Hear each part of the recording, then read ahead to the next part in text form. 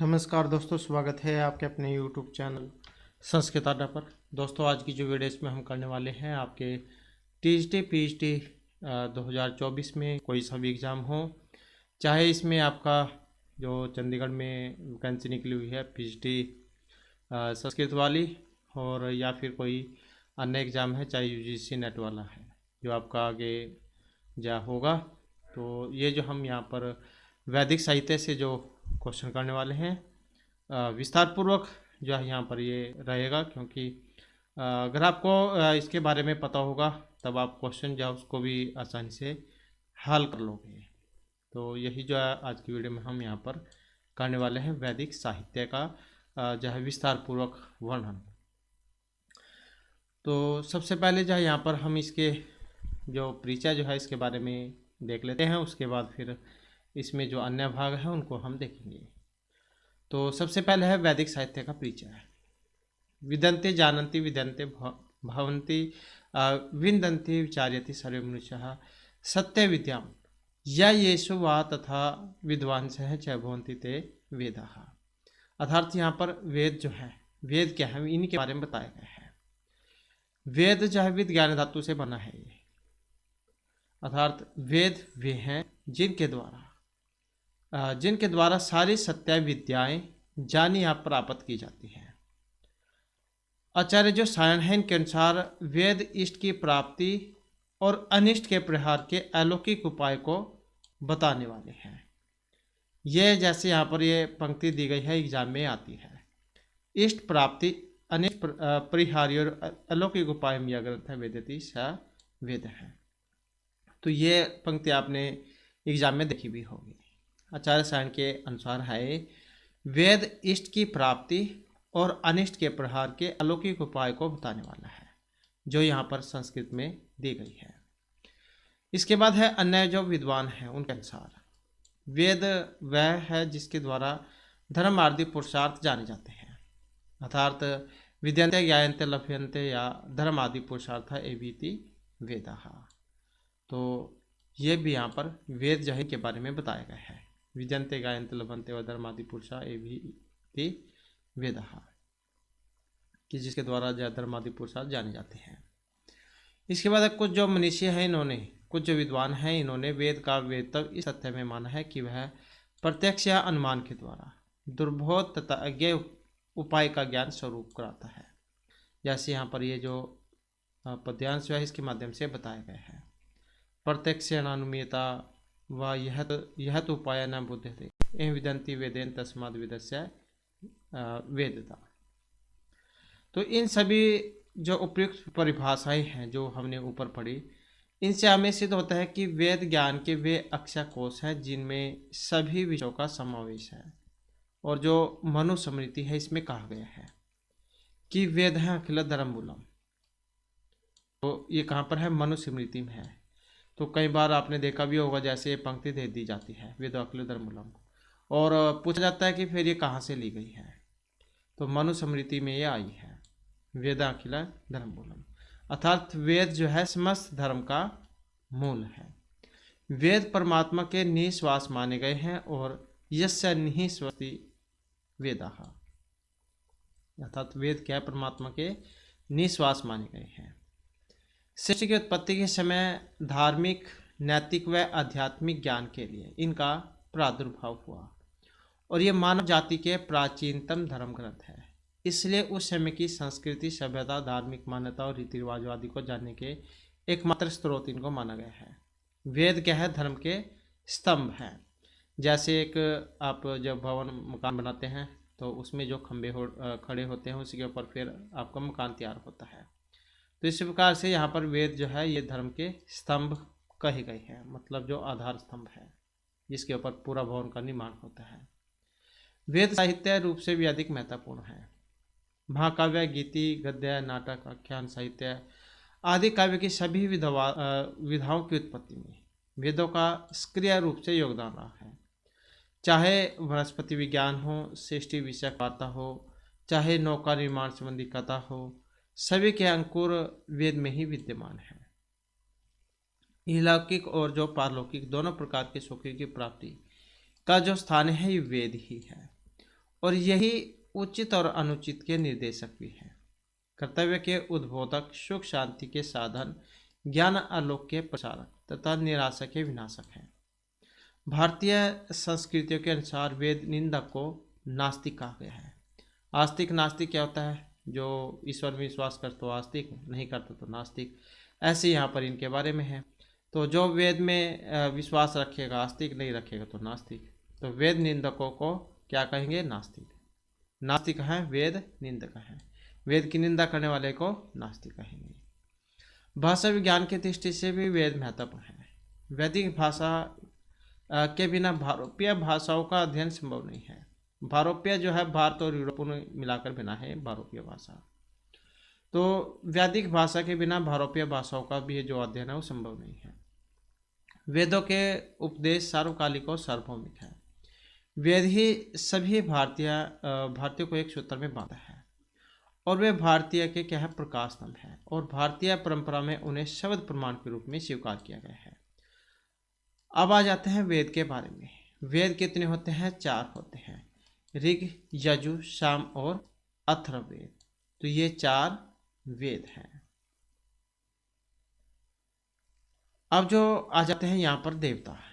वैदिक साहित्य में जो आपके देवता हैं, तो इनके बारे में अब हम यहाँ पर पढ़ेंगे। आचार्य जो यास्क हैं, इन्होंने ग्रंथ निरुक्त में देव शब्द की उत्पत्ति करते हुए लिखा था। देव है दानाद, वादनाद, द्वाह, दीपनाद वह दुस्थान भक्ति इतिवा। अर्थात जो देवता है अपने भक्तों को प्रकाश ज्ञान देने के साथ ही इनकी इच्छाओं के पूरक भी माने गए हैं।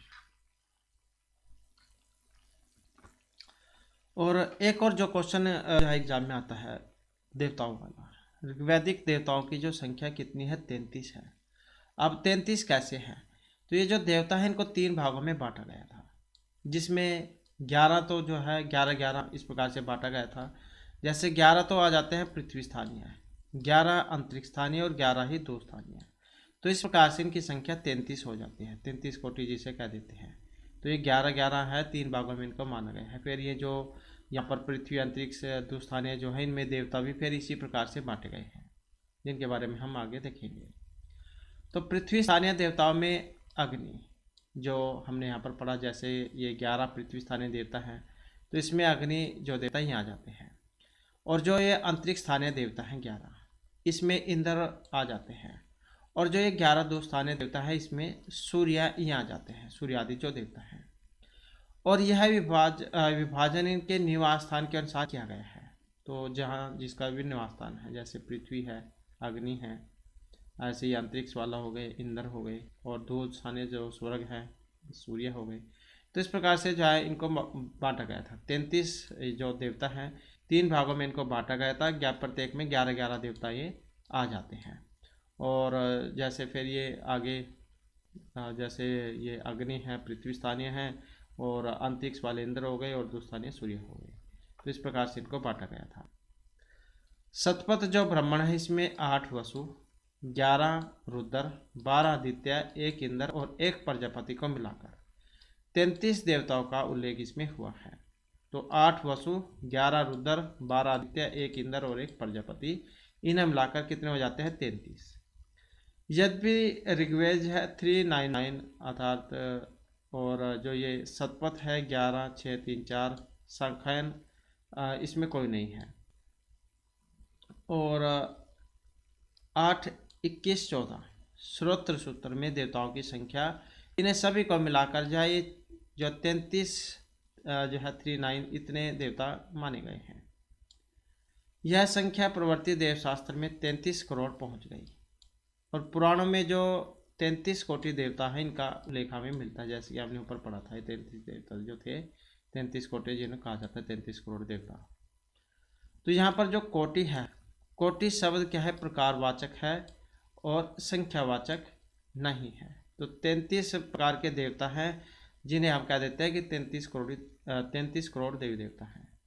तो ये 33 कोटि मतलब प्रकार से है, संख्या से नहीं। इसके बाद फिर यहाँ पर जो देवता हैं ये आ जाते हैं। जैसे सबसे पहले अग्नि जो देवता है, और अग्नि सूक्त भी आपने पढ़ा होगा 1.1। ऋग्वेद का जो पहला मंडल है इसी में आता है ये 1.1। पहले मंडल का पहला ही सूक्त है अग्नि सूक्त, अग्नि देवता है इसमें। तो महत्व की दृष्टि से अग्नि का जो स्थान है सर्वोपरि माना गया है, लेकिन ऋग्वैदिक देवताओं में इन्हें इंद्र के बाद दूसरा स्थान प्राप्त हुआ है। पृथ्वी स्थानीय इस देवता की स्तुति 200 सूक्तों में तो हुई है। तो ये भी एग्जाम में क्वेश्चन आ जाता है कि जो अग्नि सूक्त है इनकी स्तुति कितने सूक्तों में हुई है, 200 सूक्तों में। याज्ञिक प्रधानता के कारण प्राय सभी मंडलों के प्रारंभिक सूक्त अग्नि को ही संबोधित है। अग्नि को द्विमाती कहा गया है। आगे इनके आपको नाम देखने को मिलेंगे विशेषण जो एग्जाम में पूछे जाते हैं, क्योंकि इनकी जो उत्पत्ति है दो समुदायों के घर्षण से हुई थी। तो जैसे अगर हम यहाँ पर अपना प्राचीन समय में चले तो आदिकाल मानव वाला, तो उसमें जब आग का आविष्कार किया था तो दो जो पत्थर थे उनको आपस में रगड़ा था जिससे चिंगारी उत्पन्न हुई थी। तो उससे क्या है फिर जो आग है उसका निर्माण हुआ था। तो इसी प्रकार से यहाँ पर इसमें है अग्नि का द्विमात्री कहा गया क्योंकि इसकी उत्पत्ति दो समुदायों के घर्षण से हुई थी। कहीं कहीं इन्हें त्र्यंबक 3 माताओं वाला भी कहा गया है। 10 अंगुलियों द्वारा प्रज्वलित किए जाने के कारण इन्हें 10 युवतियों की संतान भी कहा जाता है। अरण्यों के घर्षण में बल की आवश्यकता होती है, इसलिए इसे बल का पुत्र भी कहा गया है। त्वम आहु सहस्रम पुत्रम अंगिरः तथा सहस्र सुनहु वर्णवाना लहर रूप में यह जल से भी उत्पन्न होता है। अपम नपात। तो इस प्रकार से जो है यहाँ पर अग्नि जो है इनके अनेक नाम आए हैं, जैसे वनों का भक्षण करना, अंधकार को नष्ट करना, प्रकाश करना, देवताओं को यज्ञ में लाना, उनके लिए हवि वहन करना अग्नि के क्या प्रमुख कार्य माने गए हैं। और यह देवताओं और मनुष्य के बीच दौत्य कर्म को संपादित करता है। अग्निवय देवानाम होता है। अग्नि के द्वारा रक्षित यज्ञ ही देवताओं तक पहुंचता है। ये यज्ञ मतलब जब आप अपने घर में हवन करते हैं तो उसमें जब देवताओं की स्तुति करते हैं, हवन घी वगैरह डालते हैं उसमें समिधाएँ, तो वे सभी क्या देवताओं तक पहुंचते हैं। तो अग्नि द्वारा रक्षित यज्ञ ही देवताओं तक पहुंचता है। जिससे अग्नि का घनिष्ठ संबंध है। जब आप यज्ञ करते हैं तो उसमें घी डालते हैं तो क्या अग्नि का घी से संबंध है, उसी से अग्नि प्रज्वलित होती है। और यह घृत मुख, घृत चक्षु, घृत पृष्ठ, घृत केश व घृत लोम, इन नाम से इनको जाना जाता है, संबोधित किया जाता है। तो यहाँ पर आपको आप पता लग चुका होगा इन्हें घृत मुख, घृत चक्षु, घृत पृष्ठ, घृत केश, घृत लोम क्यों कहा जाता है, क्योंकि घी से अग्नि का क्या है संबंध है। तो यहाँ पर आपको इनके नाम भी आसानी से याद हो जाएंगे, इनको किस नाम से क्यों जाना जाता है। कहीं कहीं तो घी को इनका निवास स्थान ही बतला गया है। घृत मत्स्य धाम। अग्नि को सप्त जिह्वा वाला भी कहा गया है, जो अग्नि की 7 प्रकार की लपटों के सूचक है। तो ये भी इनका नाम है सप्त जिह्वा।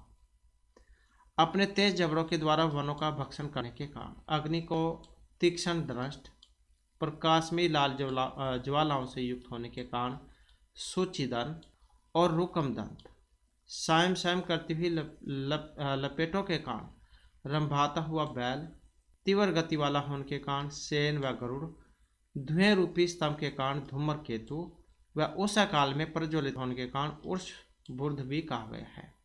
तो आपको यहाँ पर पता लग चुका है इनके नाम ये किस कारण से पड़े हैं अग्नि के। वस्तुतः अग्नि की लपटें ही उसका रथ है, इसलिए रथ का प्रदीप्त उज्ज्वल प्रकाशमान स्वर्णिम होना स्वाभाविक है।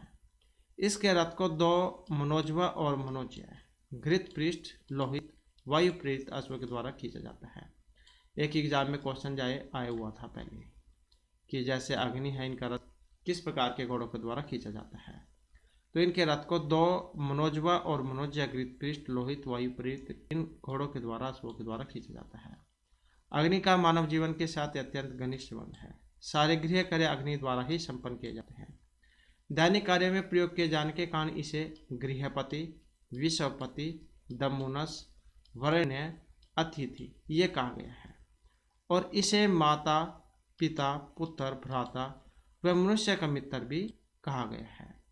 अग्नि को दृष्टा, यज्ञ केतु अर्थात यज्ञ का सूचक, राजा, गोपा मतलब रक्षक, होता, पुरोहित, ऋत्विक, दाता, कविकर्तु, अजीर अर्थात पुरातन, नेता पावक, वृत्रहा मतलब वृत्र जो थे उनका नाश करने वाले, राक्षस जो थे उनका नाश करने वाले, ये कहा गया है। तो इन नामों से भी इनको संबोधित किया गया है, याद रखिएगा। वह अपने यजमानों को सुख, समृद्धि, यश, अभ्युदय व वीर पुत्र प्रदान करता है। इसलिए अग्नि को जातवेदा भी कहा गया है।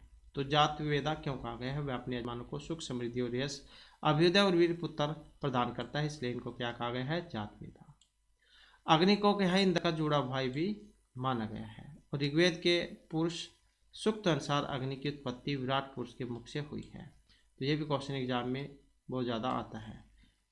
तो ऋग्वेद का जो पुरुष सूक्त है, ऋग्वेद में पुरुष सूक्त आता है 10.90 में, जो हम आगे आपको देखने को मिलेगा 10.90। तो 10वें मंडल का 90 सूक्त है ये पुरुष सूक्त। तो ऋग्वेद के जो पुरुष सूक्त है इसके अनुसार अग्नि की जो उत्पत्ति है विराट पुरुष के किससे हुई है? मुख से हुई है। मुख आदि इंद्र च अग्नि च प्राणाद वायु रजायत। तो किसी स्थान पर अग्नि के लिए असुर उपाधि का भी प्रयोग हुआ है, जिसका मतलब है असुर या प्राण शक्ति देने वाला।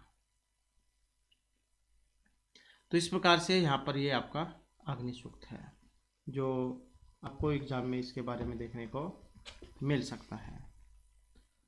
तो पृथ्वी स्थानीय देवता है, हमने इसमें पढ़ा, और 200 सूक्तों में इनकी स्तुति हुई है। इनके नाम हैं ऋत्विक, होता, पुरोहित, जातवेदस, रत्नधात्मम, घृत पृष्ठ, घृतलोम, घृत प्रतीक, सोचिकेश, कविकर्तु, कवि, गृहपति, दमुनुस, अंगिरस, चित्र श्रवस्तवम है, विवाह, शस्त्रक, त्रिमूर्धा, सप्तरश्मि, दूत, धूमकेतु, मंदजीव है, असुर, विश्वपति, उज्जौनपात, अपानपात, रक्त, शमश्रु, तीक्ष्ण दृष्ट, रुकम दंत, वैश्वानर, अंगिरा, सत्यधर्म, नेता। तो ये सभी जो है अग्नि देवता के नाम हैं, इन्हीं के विशेषण हैं। इसके बाद फिर जो हमारा नेक्स्ट आ जाता है यहाँ पर स्वित्री देवता। तो ये जो स्वित्री देवता जो है ये 2 स्थानीय देवता माने गए हैं। ऋग्वेद के जो 11 सूक्त हैं इनमें इनकी स्तुति हुई है, इनका क्या है? गुणगान हुआ है 11 सूक्तों में। स्विता का स्वरूप मुख्य रूप से आलोकमय तथा स्वर्णिम है। उनके नेत्र, हाथ, जीभ सभी क्या है? स्वर्णिम है, सोने के हैं। इसलिए इन्हें क्या है? स्वर्ण नेत्र, स्वर्णपाद, स्वर्ण हाथ, स्वर्ण जीवा की संज्ञा दी गई है। तो इन्हें आप आसानी से याद रख सकते हैं कि इनको स्वर्णिम क्यों कहा गया है, क्योंकि इनके क्या है? सभी कुछ सोने का है। नेत्र, पाद, हस्त, जीवा, तो ये सभी क्या है? सोने की है, इसलिए इनको क्या कहा गया है? स्वर्ण जीवा। और किसी स्थान पर इन्हें लोह जबड़ वाला भी कहा गया है। इनके केस पीले और सुनहरे हैं। इनका वाहन रथ स्वर्ण की आभा वाला है और रथ के धुरे सोने की तरह चमकीले हैं। रथ को 2 या अधिक लाल घोड़े खींचते हैं। इस पर बैठकर संपूर्ण विश्व का भ्रमण करते हैं। तो इस प्रकार से यहाँ पर ये आपने याद रखना है स्वित्री देवता के बारे में। और कहीं कहीं पर इन्हें असुर मतलब प्राण शक्ति संपन्न नाम से भी पुकारा जाता है। स्वित्री जो देवता है, स्वित्री अर्थात दिन, प्रातःकाल एवं रात, शामकाल दोनों का स्वामी है। वह स्वर्ण रूपी भुजाओं को आकाश में व्याप्त करता हुआ उदित होता है। प्रदोष तथा प्रत्युष दोनों ही से इसका संबंध है। यह दुष्ट स्वप्नों का नाशक है और दुर्भाग्य को दूर भगाता है। यजमानों की रक्षा करता है, मनुष्य को पाप से रहित करता है, राक्षसों का संहार करता है। जल और वायु इसके आश्रित है, अन्य देवता भी उसकी आज्ञा का पालन करते हैं। स्वित्री उदित होते हुए सूर्य की शक्ति का प्रतिरूप है। स्विता का प्रत्येक कार्य प्रसव से संबंधित है, इसलिए इसे प्राश्वित, आशुवत, सवे, साविशत आदि क्रियाएं मुख्य रूप में स्विता के लिए प्रयुक्त हुई है। तो ये नाम आपने याद रखना है। इनको क्यों कहा गया है? क्योंकि इनका प्रत्येक कार्य है प्रसव से संबंधित, इसलिए इनको प्राश्वित, आशुवत, सवे, साविशत इन नामों से संबंधित किया जाता है, इनके लिए जाना जाता है। पवित्र जो गायत्री मंत्र है इसका संबंध भी स्वित्री देवता से ही है। यथा ओम भूर्भुवः स्वः तत्सवितुर्वरेण्यं भर्गो देवस्य धीमहि धियो यो नः प्रचोदयात्। तो इसका संबंध क्या है? स्वित्री देवता से है। तो ये जो है यहाँ पर ये स्वित्री देवता है। हमने पढ़ा इसमें स्वित्री के बारे में 11 जो सूक्त इनमें की स्तुति हुई है। 2 स्थानीय इनको देवता माना गया है और एक जो एग्जाम में इनके ऋषि आते हैं। तो ग्रत समद इनके ऋषि हैं। ग्रात समद, ग्रात समद, ये ऊपर आ जाएगा स म और ता, ग्रात समद। तो ये इनके ऋषि हैं। हमने पढ़ा इसमें स्वर्णनेत्र, स्वर्णपाद, स्वर्णहर, स्वर्णजीवा, असुर, हिरण्यपाणी, हिरण्याक्ष, हिरण्यस्तुप, दमुना, सुमरीक, प्रशिवत्री, प्रसावित, असावुत, प्रासुस, वायसवे। तो ये सभी के सभी जो है यहाँ पर स्वित्री देवता जो है इनके नाम है। तो क्यों इनके नाम हुए हैं, ये क्यों नाम पड़ा है, तो ये हमने यहाँ पर इनमें पढ़ा इनके काम के बारे में। इसके बाद जो फिर नेक्स्ट आ जाता है यहाँ पर विष्णु देवता के बारे में। विष्णु जो है इनको कौन से देवता माना गया है, 2 स्थानीय देवता यहाँ पर इनको माना गया है। हमने ऊपर सबसे पहले पढ़ा था 3 प्रकार के जो देवता थे, पृथ्वी, अंतरिक्ष और 2 स्थानीय देवता। तो विष्णु जो है यहाँ पर 2 स्थानीय देवता हैं। मात्र 5 जो सूक्त है इसी में ही इनकी स्तुति हुई है, 5 सूक्तों में। परंतु महत्ता की दृष्टि से इन्हें उच्च पद प्राप्त है। व्यापनशील होने से ये सूर्यवाचक हुए हैं, जिसका मतलब है 3 लोकों में अपनी किरणों को फैलाने वाला। ऋग्वेद में विष्णु द्वारा 3 पगों में ब्रह्मांड को नापने के महत्वपूर्ण कार्य का वर्णन यहाँ पर किया गया है। इसी के आधारभूत बलि को विष्णु के द्वारा छलने की पौराणिक कथा कल्पित हुई होगी। पक्षी भी उड़कर इनके लोक में नहीं पहुंच सकते, जहाँ पवित्र आत्मा वाले लोग जाने की इच्छा करते हैं। यही विष्णु का परमधाम है जो नीचे की तरफ हमेशा प्रकाशित होता है। विष्णु के लिए त्रिविक्रम शब्द का प्रयोग किया गया है, जिसका अर्थ है कि सूर्य रूप विष्णु पृथ्वी लोक, भूलोक और अंतरिक्ष लोक में अपनी किरणों का प्रसार करता है। तो त्रिविक्रम जो यहाँ पर क्यों कहा गया है, क्योंकि ये जो अपनी किरणें हैं सूर्य रूप विष्णु जो है पृथ्वी लोक, भूलोक और अंतरिक्ष लोक में अपनी किरणों का प्रसार करता है तथा इनके प्रकाश से सभी जरायुज, अंडज और उद्भिद सभी प्रकार की सृष्टि अनुप्रमाणित होती है। तो इस सृष्टि की जो उत्पत्ति है, इसमें जो जीवों या मनुष्य की जो उत्पत्ति है, तो ये 4 प्रकार से हुई है। जरायुज, अंडज, उद्भिज और स्वेदज से। जरायुज हो गए जैसे मनुष्य है, तो मनुष्य पैदा होते हैं। अंडज हो गए जो अंडे से उत्पन्न होते हैं, पक्षी वगैरह हो गए। एक होते हैं उद्भिज, जैसे ये पेड़ पौधे हैं, बीज से जो उत्पन्न होते हैं, उद्भिज मतलब भूमि से। एक होते हैं स्वेदज जो पसीने से होते हैं, जो आपकी जो लिखा वगैरह होती है वो पसीने से होती है। तो इस प्रकार से 4 प्रकार से उत्पत्ति मानी गई है। विष्णु को उरुक्रम और उरुगाय भी कहा गया है, जिसका अर्थ क्रम से महान, शक्तिशाली एवं अनेक प्राणियों के द्वारा स्तुति योग्य है। उरुगाय शब्द का प्रयोग 21 बार ऋग्वेद में किया गया है। ये भी क्वेश्चन एग्जाम में आता है कि जो उरुगाय शब्द है इसका कितनी बार ऋग्वेद में उल्लेख हुआ है, तो 21 बार। विष्णु को इंद्र का छोटा भाई और मित्र भी कहा गया है। यह सभी देवताओं में सबसे अधिक क्रियाशील है और इनकी सहायता करते हैं। वृत्र के वध के समय विष्णु ने इंद्र का साथ दिया था और उनके मरुतों से भी संपर्क है। पक्षियों में श्रेष्ठ गरुड़ इनका वाहन है। विष्णु के चरित्र की सबसे बड़ी जो विशेषता है, यह गर्भ के रक्षक है। गर्भधान के निमित्त अन्य देवताओं के साथ इनकी भी स्तुति की जाती है। यह परोपकारी, प्रचुर धन का दान करने वाले, उदार, सबके रक्षक तथा विश्व का भरण पोषण करने वाले हैं। विष्णु को परम पद का अधिष्ठाता कहा गया है और उनका परम पद उच्च लोक है, जहाँ मधु का सरोवर है और बड़े सिंगों वाली चंचल गायें रहती हैं। पुराणों के अनुसार विष्णु लोक को गौलोक भी कहा गया है। तो इस प्रकार से जो यहाँ पर विष्णु है। विष्णु के बारे में हमने पढ़ा कि इसमें 5 सूक्तों में इनकी स्तुति हुई है। 2 स्थानीय देवता है और दीर्घतमा जो है यहाँ पर इसके ऋषि है। दीर्घतमा ये वाले दीर्घतमा, तो ये इनके ऋषि हैं। उरुक्रम, उरुगाय, त्रिविक्रम, भीम, कोचर, गिरिष्ठा, गिरिरक्षित, गिरिजा, उरिषण, मातृस्वा। तो ये सभी सभी जो है विष्णु देवता के विशेषण हैं। इसके बाद आ जाता है नेक्स्ट हमारा इंद्र देवता। तो इंद्र जो है वैदिक कार्यों के प्रियतम देवताओं में से एक है। अंतरिक्ष स्थानीय है। इस देवता की स्तुति ऋग्वेद के लगभग 250 सूक्त में हुई है।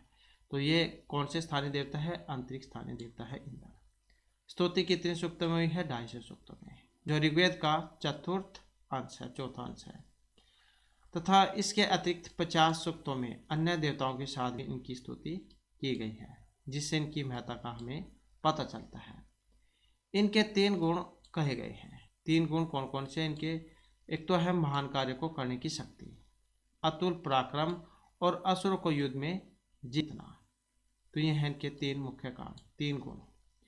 कहीं ध्रुव को इनका पिता कहा गया है, ध्रुव इंद्र से करता। तो कहीं देव शिल्पी त्वष्टा को भी इनका पिता कहा गया है। निष्ठिगी को इनकी माता कहा गया है, और निष्ठिज्ञ है पुत्रमा, चैवत्वम है इंद्रम। अर्थात ऋग्वेद में इंद्र की उत्पत्ति का उल्लेख हमें मिलता है। और उन्होंने अपनी माँ को मारकर अस्वाभाविक रूप से उनके बगल से उत्पन्न होना चाहा था। उत्पन्न होते ही इन्होंने अपने पराक्रम का परिचय दिया था, जिससे आकाश और पृथ्वी कांपने लगे थे। जिससे सुष्मादरोदस्य अभय शेताम। तो ये इसमें मंत्र आए हैं इंद्र सूक्त में, तो ये उनमें से है। ये जिससे आकाश और पृथ्वी आदि ये कांपने लगे थे। ये से सुष्मादरोदस्य अभय शेताम। पुरुष सूक्त में इंद्र की उत्पत्ति विराट पुरुष के मुख से बतलाई गई है। मुख आदि इंद्र च अग्नि च। तो ये विराट पुरुष के मुख से उत्पन्न हुए हैं। यह हमने अग्नि सूक्त में भी पढ़ा था। तो ये इंद्र आदि जो है, इनकी उत्पत्ति विराट पुरुष के मुख से हुई है। इंद्र के शरीर के विभिन्न अवयवों का उल्लेख हुआ है। यह स्वयं भूरे रंग का है। इनके बाल और दाढ़ी भी भूरी है। इनका सिर बहुत गठीला व बलशाली है। वह सुशिप्र मतलब सुंदर ठोड़ी वाले, वह लोहे जैसी शक्तिशाली व वज्र के समान मजबूत भुजाओं वाला है। इसलिए इन्हें वज्रबाहु भी कहा गया है। तो ये नाम आपने याद रखना है। सुशिप्र मतलब सुंदर ठोड़ी वाला कहा गया इनको। वज्रबाहु मजबूत जो भुजाएं हैं, बलशाली भुजाएं, तो वो भी इनको कहा गया है। इन्हें हिरण्यवर्ण और हिरण्यबाहु ये भी कहा गया है। इसके अलावा इंद्र को मायावी भी कहा गया, क्योंकि वे अपनी इच्छानुसार रूप धारण कर सकते हैं। इनके काम तो आप जानते ही होंगे, क्या क्या काम इन्होंने किए हैं। इंद्र का रथ 2 हरे रंग के घोड़ों के द्वारा खींचा जाता है, परंतु कभी कभी यह संख्या 1000 या 1100 तक पहुंच जाती है। यह रथ स्वर्णिम है तथा मन की गति से भी तेज चलता है। वज्र जो है इंद्र का विलक्षण अस्त्र है। तो इंद्र जो है, इनके अस्त्र का नाम क्या है? वज्र है, जो देव शिल्पी त्वष्टा द्वारा बनाया गया। यह वज्र धातु अथवा स्वर्ण का है। कहीं कहीं यह पत्थर का बना हुआ भी कहा गया है। और यह सतपरों 100 जोड़ों वाला, सहस्र भृष्टि, सहस्र नौकों वाला। वेद में वज्र का इंद्र के साथ घनिष्ठ संबंध है। वज्र शब्द से बने हुए विशेषण इंद्र के लिए ही प्रयुक्त होते हैं, जैसे वज्रहस्त, वज्रबाहु, वज्रभृत, वज्रिन। तो ये सभी के सभी जो है इंद्र देवता के लिए प्रयुक्त हुए हैं। इनके विशेषण है, नाम है। इंद्र की शक्ति अतुलित है, इसलिए इन्हें शक्कर, सचिपति या फिर सचिवान भी कहा गया है। सैकड़ों क्रियाओं से युक्त होने के कारण इन्हें सत्कर्तु तथा समृद्ध होने के कारण मघवन या वसुपति भी कहा गया है। इंद्र का जो प्रिय जो पदार्थ कौन है? सोमरस मतलब सोम है, इसलिए इन्हें सोमपा भी कहा गया। इनकी संज्ञा भी इनको दी गई है। सोमपा मतलब सोम जो रस है उसका पान करने वाले। यह सोमपान निश्चित है वज्र बाहु। तो ये इनके बारे में ही कहा गया था। सोमपान करने के बाद ही ये बड़े से बड़े कार्य संपन्न करते हैं। आज के समय में जिसे मदिरा कर देते हैं, तो सोमपान करने के बाद ही बड़े से बड़े कार्य संपन्न करते हैं। वृत्रासुर युद्ध के समय इन्होंने सोम से भरे हुए 3 सरोवरों को खाली कर दिया था। तो इनका प्रमुख काम कौन सा? वृत्र जो राक्षस थे, इनका वध करना। तो इनका प्रमुख काम कार्य माना गया है। तो वृत्रासुर युद्ध के समय जब इन्होंने वृत्रासुर को मारा था, तो सोमरस से भरे हुए 3 सरोवरों को खाली कर दिया था। इंद्र समस्त संसार का एकमात्र शासक है। इन्होंने कांपती हुई पृथ्वी पर्वतों को टिकाया था। मतलब जो प्राचीन जो समय थे उसमें पर्वत जो है ये जीवित होते थे और एक स्थान से दूसरे स्थान पर उड़कर चले जाते थे। तब जो इंद्र है, इन्होंने पर्वतों के क्या पंख काट दिए थे और फिर यह एक स्थान पर ही स्थिर हो गए थे। तो अंतरिक्ष का निर्माण किया व आकाश को स्तंभित किया। इसने सूर्य उषा उत्पन्न किया है और जल का नेता भी है। यह सूर्य या उषम सजान या अपाम नेता है। इनके समान न तो कोई दिव्या या पार्थिव उत्पन्न हुआ है और नहीं उत्पन्न होगा। मरुत का मित्र होने के कारण इंद्र को मरुत सखा, मरुत उत्थान आदि नामों से भी संबोधित किया गया है। तो मरुत के मित्र होने के कारण मरुत सखा, मरुत उत्थान इन नामों से इन्हें संबोधित किया गया है। इंद्र का जो सबसे महत्वपूर्ण और शौर्यपूर्ण कार्य है वृत्र का वध करना, वृत्र राक्षस का वध करना। इसी कारण इन्हें वृत्रवा विशेषण मुख्य रूप से इंद्र के लिए प्रयुक्त हुआ है, इसलिए इन्हें वृत्रहा ये कहा जाता है। तो इस प्रकार से यहाँ पर जो इंद्र देवता है इनके बारे में है। हमने यहाँ पर पढ़ा इंद्र देवता के इनकी जो स्तुति जो है 250 सूक्त में हुई है। अंतरिक्ष स्थानीय देवता हैं, गृत समद इनके ऋषि हैं और इनके नाम हमने पढ़े इसमें वृत्रहा, सुशिर्प, सोमपा, वज्री, शक्कर, पुरंदर, वज्रहस्त, मरुतवान, मरुतसखा, वज्रबाहु, हरिकेश, हिरण्यबाहु, चित्रबानु, पुरोहित, वृषा, सचिपति, सोमपा, वसुपति, वज्र, सतकर्तु, मनस्वान। तो ये सभी नाम हमने इनके पढ़े। तो ये इंद्र देवता के बारे में है। इसके बाद फिर जो नेक्स्ट आ जाते हैं हमारे यहाँ पर रुद्र देवता। रुद्र जो है इनको भी अंतरिक्ष स्थानीय देवता माना गया है। संपूर्ण ऋग्वेद में रुद्र से संबंधित 3 ही सूक्त में उपलब्ध होते हैं, जिसमें पहला, दूसरा और ये तीसरा है। मतलब 3 जो है इन्हीं रुद्र से संबंधित 3 ही जो सूक्त में उपलब्ध होते हैं ये वाले। लेकिन फिर भी रुद्र को शक्तिशाली और भयंकर देवता के रूप में वर्णित किया गया है। मानवकृति के रूप में रुद्र के मुख, अधर, केश, हाथ, पैर, वस्त्र आदि का उल्लेख हमें मिलता है। इनका जो वर्ण है, रंग है, वो भूरा है। होठ बहुत सुंदर हैं, इसलिए उनके लिए ऋग्वेद में बभ्रू एवं सुशिर्प विशेषण भी प्रयुक्त हुए हैं। तो क्यों हुए? क्योंकि इनका जो होठ है बहुत सुंदर है, इनका रंग भूरा है, इसलिए ऋग्वेद में इन्हें बभ्रू और सुशिर्प ये कहा गया है। रुद्र मध्यकालीन सूर्य के समान चमकते हैं। वे सोने के आभूषण को धारण करते हैं और गले में चमकदार हार पहनते हैं। इनके पास विशेष एक आयुध है, शस्त्र के रूप में धनुष और बाण को धारण करने वाले हैं और साथ ही साथ इन्हें वज्र धारण करने वाला भी माना गया है। इनके हाथों को मृणाकु, मृणाकु मतलब सुख देने वाला, जलाशय है शीतलता प्रदान करने वाला, भेष है आरोग्यता प्रदान करने वाला, ये कहा गया है। तो ये एग्जाम में जो है इनके नाम कई बार देखने को मिले हैं, चाहे ये वाले देवता है या कोई अन्य देवता है, तो इनके नाम देखने को मिले थे। मृणाकु क्या कहा जाता है? सुख देने वाला, जलाशय शीतलता प्रदान करने वाला और भेष आरोग्यता प्रदान करने वाला कहा गया है। तो इनके ये नाम अपने याद रखने हैं, क्योंकि रुद्र को स्वास्थ्य का देवता एवं देवताओं का वैद्य कहा गया है।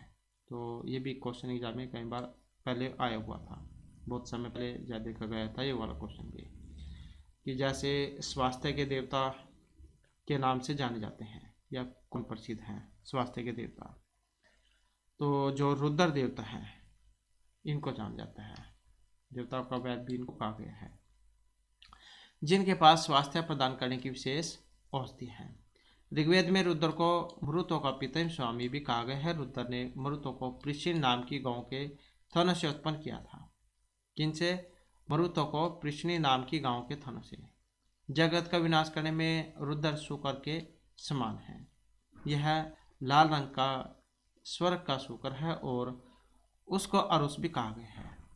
रुद्र को देवों का देव भी कहा गया है और प्रार्थना की गई है कि वह हमें न मारे, न ही हानि पहुंचाए। तो इस प्रकार से यहाँ पर ये रुद्र देवता है। हमने पढ़ा इसमें इनकी 3 सूक्त हैं। इनके अंतरिक्ष स्थानीय देवता हैं, ग्रीष्मद इनके ऋषि हैं। और नामों की बात करें तो पशुपति, त्र्यंबक, सरवभव, नीललोहित, मरुत्पिता, मरुत्वान, असुर, कृतिवास, रक्तवाणी, मृणाकु, वभ्रू, वंकु, जलाश्वेषज, नीलकंठ, अधीशम, द्रुतगामी, प्राचेतस, नीलोदर, लोहितप्रीत। तो ये सभी जो है इनके नाम हैं, इनके विशेषण हैं।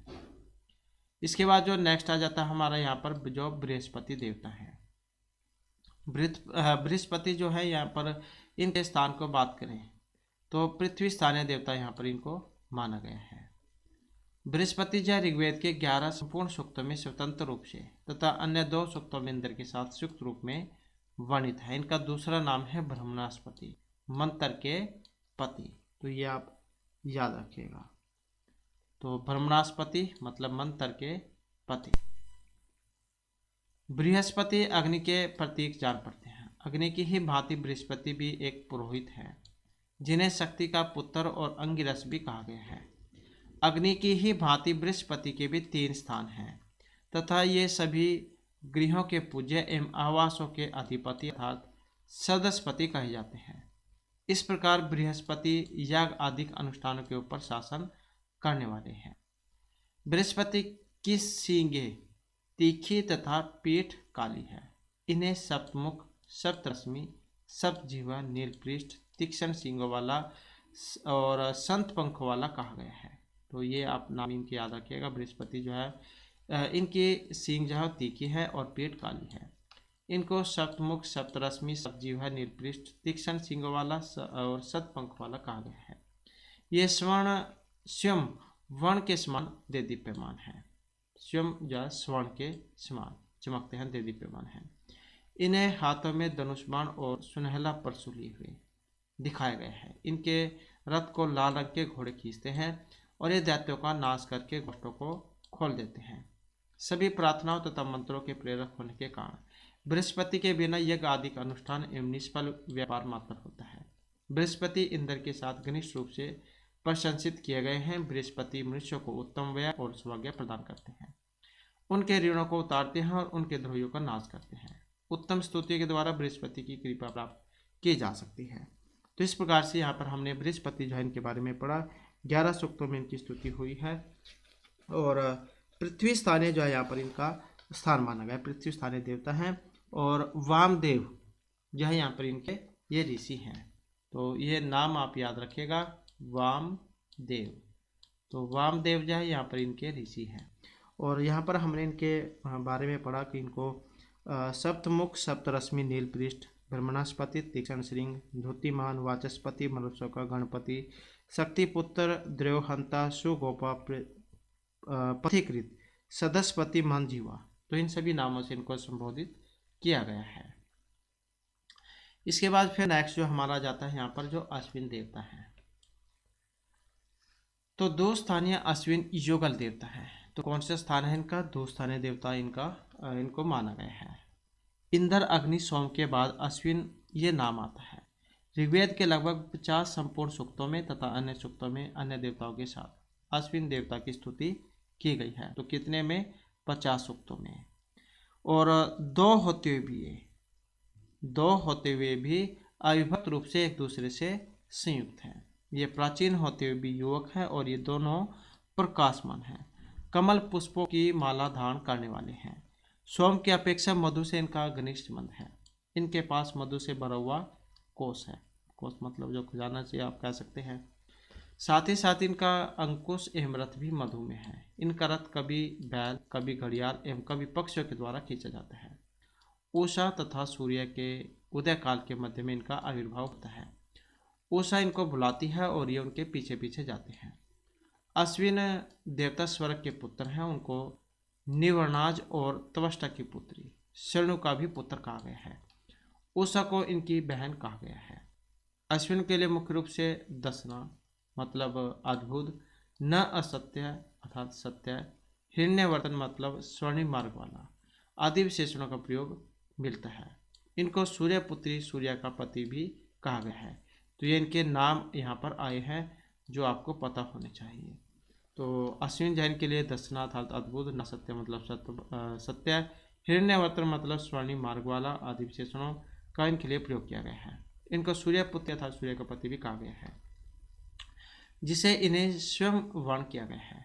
विपत्तियों से प्राणियों का उद्धार करने वाले इनकी मुख्य विशेषता है। इसके अतिरिक्त देवताओं के बीच एक कुशल वैद्य के रूप में भी अश्विन प्रतिष्ठित हुए हैं।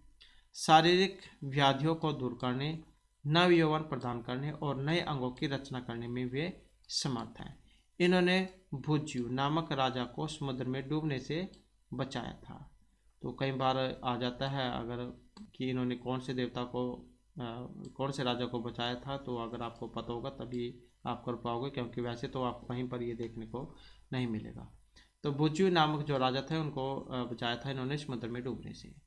अश्विन देवता के लिए निचेतास, मधु, युवा, स्वयंभोगास्ति आदि विशेषणों का प्रयोग किया गया है। इन्होंने ही च्यवन ऋषि को वृद्धता से मुक्त कर यौवन प्रदान किया था। पेदु को इन्होंने एक सफेद शीघ्रगामी अश्व प्रदान किया था तथा अंधकारयुक्त कारगृह में बंद अत्रि का उद्धार इन्होंने ही किया था। तो इस प्रकार से यहाँ पर ये अश्विन देवता है। इनके बारे में हमने पढ़ा, इनकी सूक्तों के बारे में 50 सूक्तों में इनकी स्तुति हुई है। दूस्थानीय देवता है। कक्षीवान इनके ऋषि हैं। तो ये जो कक्षीवान जो है, कक्षीवान, तो ये यहाँ पर इनके ऋषि हैं। हमने इनके जो नाम पढ़े, तो जिसमें ना सत्य, दसना, मधुयुवा, हिरण्यवर्तनी, मघवाना, सुदानु, तुविस्मा, अधिग्रु, माधवी, नराहा, निचेतास, शंभुगास्ति, युवयोनि, रुद्रवर्तनी, मनोजवत्सा, मधुपानी, वृषणा, गोमघा, जीवनपात, अश्वमघा, सुबृहस्पति। तो ये सभी के सभी जो यहाँ पर अश्विन जो देवता है इनके नाम है, इनके विशेषण हैं। इसके बाद जो फिर नेक्स्ट आ जाता है यहाँ पर जो वरुण देवता है। तो वरुण जो है ये कौन से है स्थानीय देवता है? दो स्थानीय देवता इनको माना गया है वरुण को। स्तुति कितने सूक्तों में है? 12। तो इनकी स्तुति 12 संपूर्ण सूक्तों में और अंशतः 24 अन्य सूक्तों में की गई है। वरुण की मानव आकृति अत्यंत सुंदर है और ये अपनी भुजाओं को हिलाते हुए भ्रमण करते हैं, रथ हाँकते हैं, खाते पीते हैं और बैठते हैं। इनका जो शरीर, पोस्ट एवं मांसल है, इनका सुनहरा कवच दर्शकों के हृदय को चकाचौंध करने वाला है।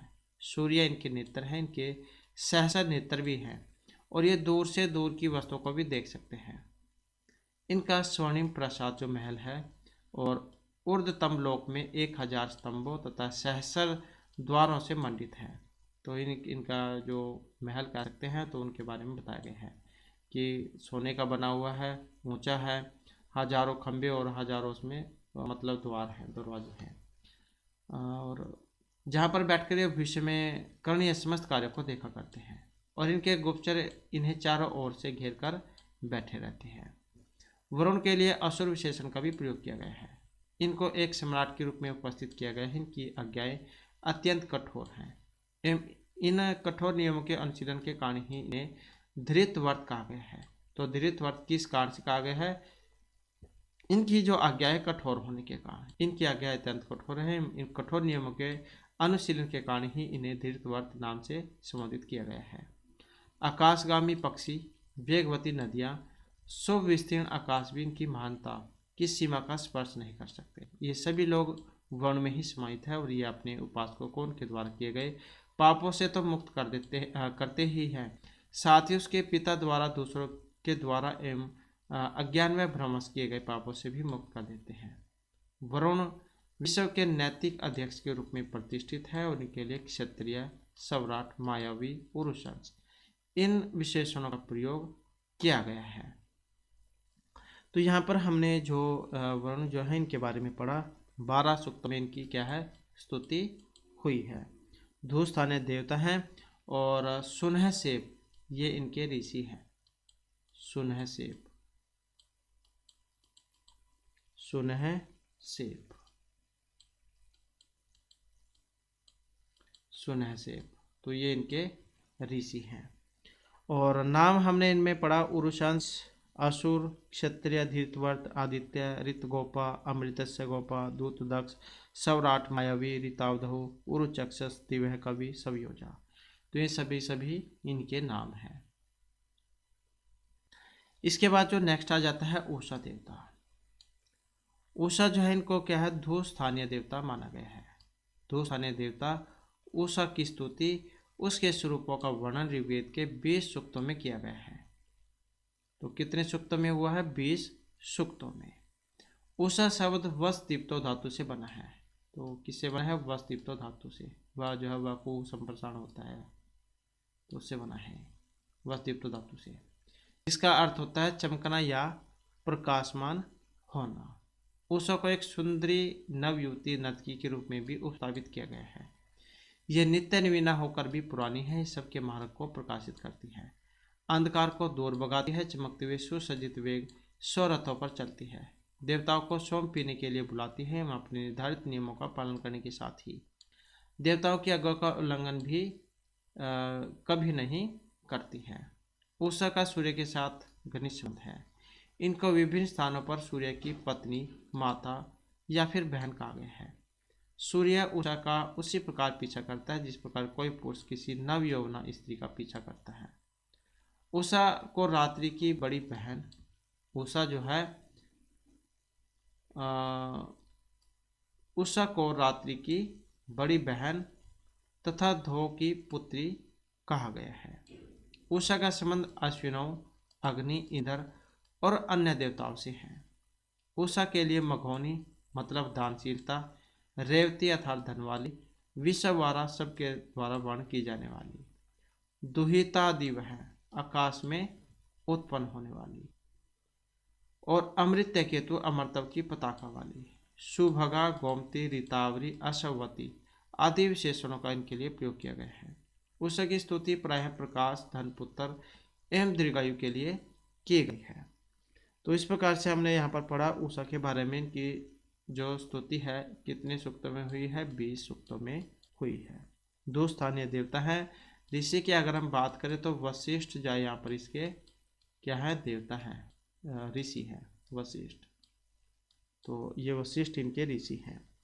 और नाम हमने पढ़ा इसमें मघोनी, प्राचेता, विषवारा, सुभगा, रेवती, मघवती, पुराण युवती, अमर्त्या, विषव ऊर्ध्वा, मधुधा, रितावरी, ओदती, सुमनावरी, अश्वती, गोमती, पुराणी, सुंदरी, भास्वती, युवती, अमृत केतु, दिवह, दुहिता, सुजाता, ऋतपा, हिरण्यवाणा। तो ये सभी इनके नाम हैं। इसके बाद जो आ जाते हैं यहाँ पर जो सोम है, सोम देवता। तो पृथ्वी स्थानीय देवता है। सोम ऋग्वेद के प्रमुख देवता हैं। इनकी स्तुति ऋग्वेद के 9वें मंडल के संपूर्ण 144 सूक्त और अन्य मंडलों के 6 सूक्तों में हुई है। तो 9वां मंडल है आपका सोम सूक्त वाला, क्योंकि 10 मंडल है ऋग्वेद में, तो 9वें वाला सोम सूक्त वाला है और 144 सूक्त है इसमें, और अन्य मंडलों के 6 सूक्तों में इनकी स्तुति हुई है। इसके अतिरिक्त सूक्तों में अन्य देवता जैसे इंद्र, अग्नि, रुद्र के साथ भी इनकी स्तुति की गई है। सोम के संदर्भ में वैदिक ऋषियों के मन में इनकी कल्पना इन पौधों के रूप में भी अधिक थी। सोम का रस निकालने के लिए प्रायः इनके तंतु अर्थात अंश को पत्थर से कुचला या दबाया जाता था। जैसे आज के समय में जड़ी बूटी तैयार करते हैं, उन्हें कूट कर तो अंशों को पत्थर से कुचला या दबाया जाता था। पहले तो सिलबट्टे होते थे, आज के समय में तो मिक्सी वगैरह है, इनसे काम चल जाता है। फिर उसी रस को छलनी में डालकर पवित्र किया जाता था और द्रोण नामक पात्रों में से इकट्ठा किया जाता था, जिसे पवमान या पुनाव नाम दिया गया है। पवमान या पुनाव सोम कहा गया है। सोम सेवन के लिए भी उसे परिष्कृत करने के लिए 10 अंगुलियों की आवश्यकता होती थी, इसलिए सोम को 10 युवतियों द्वारा परिष्कृत किए जाने का वर्णन है। द्रोण में रखकर सोम को जल, दूध, दही व जौ में मिलाया जाता था। इसी कारण गवासिर, दूध मिश्रित, दध्यासिर, दधि मिश्रित और यवासिर, जौ मिश्रित होने के कारण इसे त्रैसिर कहा गया है। तो यहाँ पर इनके नाम भी साथ में दिए गए हैं। जैसे द्रोण जो मतलब कोई पात्र है, इसमें रखकर सोम को जल में दूध, दही व जौ में मिलाया जाता था। गवासिर का मतलब क्या है? गौ, वैसे नहीं आपको याद रख सकते हैं, गौ से आप याद रख सकते हैं। गौ मतलब गाय। गाय क्या देती है? दूध देती है। तो दूध मिश्रित, दधी आश्रित, दध्यासिर जो यहाँ पर दिया गया दधी है, क्योंकि कोई यह हुआ है दधी मिश्रित।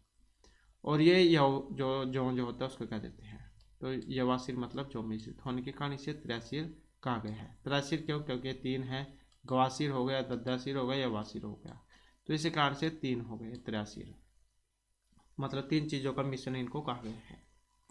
सोम के पौधे का और तदनुसार सोम देवता का रंग भूरा, लाल और हरा बतला गया है। वस्तुतः सोम के तीनों मिश्रणों में जल अवश्य डाला जाता था, इसलिए सोम का जल से निकट संबंध था। उसे जल का नायक एवं वर्षा का शासक भी कहा गया है। सोम को वन में गरजने वाला वृषभ भी कहा गया है। सांड जो उसको कह देते हैं वृषभ, बैल को। तो सोम को वन में गरजने वाला वृषभ कहा गया है। अपने क्षिपर प्रभाव के कारण इसे अश्व भी कहा गया है। अनेक स्थलों पर सोम को सारे संसार का शासक, विश्वस्य राजा भी कहा गया है। इनकी शक्ति क्या है? अतुलित है।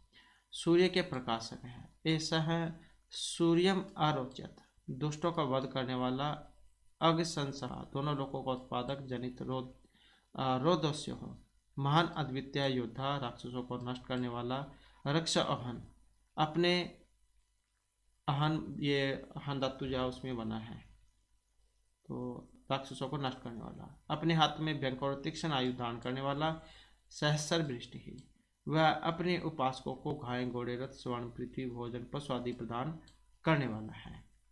सोम स्वयं अमर है, इसलिए अमरता प्रदान करने वाला है। देवताओं ने भी अमरता प्राप्त करने के लिए इनका पान किया था, और यह मनुष्य को भी अमरता देता है। इसी कारण भेषजमयी शक्ति का उल्लेख बहुत बार हुआ है। यह आयु बढ़ाता है और अंध को दृष्टि व लंगड़ों को चलने की शक्ति प्रदान करता है। सोमपान हृदय से पापों को नष्ट कर सत्य बढ़ाता है, क्योंकि नशे में मनुष्य पर सत्य ही बोलता हुआ देखा जाता है। ये सोमपान मदिरा जो आज के समय में शराब उसको कह देते हैं, तो देखा भी होगा अपने नशे में व्यक्ति के पता नहीं क्या क्या बोल देता है। तो लगभग जो उसमें 90% सच्चाई होती है, जो या तो व्यक्ति अपने गुस्से में बोलेगा या फिर इसमें नशे में बोलेगा, तो लगभग जो उसमें सच्चाई होती है, क्योंकि जो व्यक्ति बिना नशे के नहीं कह पाता वो आदमी नशे में बात कह देता है गुस्से में। यह वाणी को भी प्रेरित कर स्फूर्ति में बनाता है। इसी कारण इसे वाक्पति पति वाच्य है, वह वाणी का नायक वाचाक्रिय है, ये कहा गया है।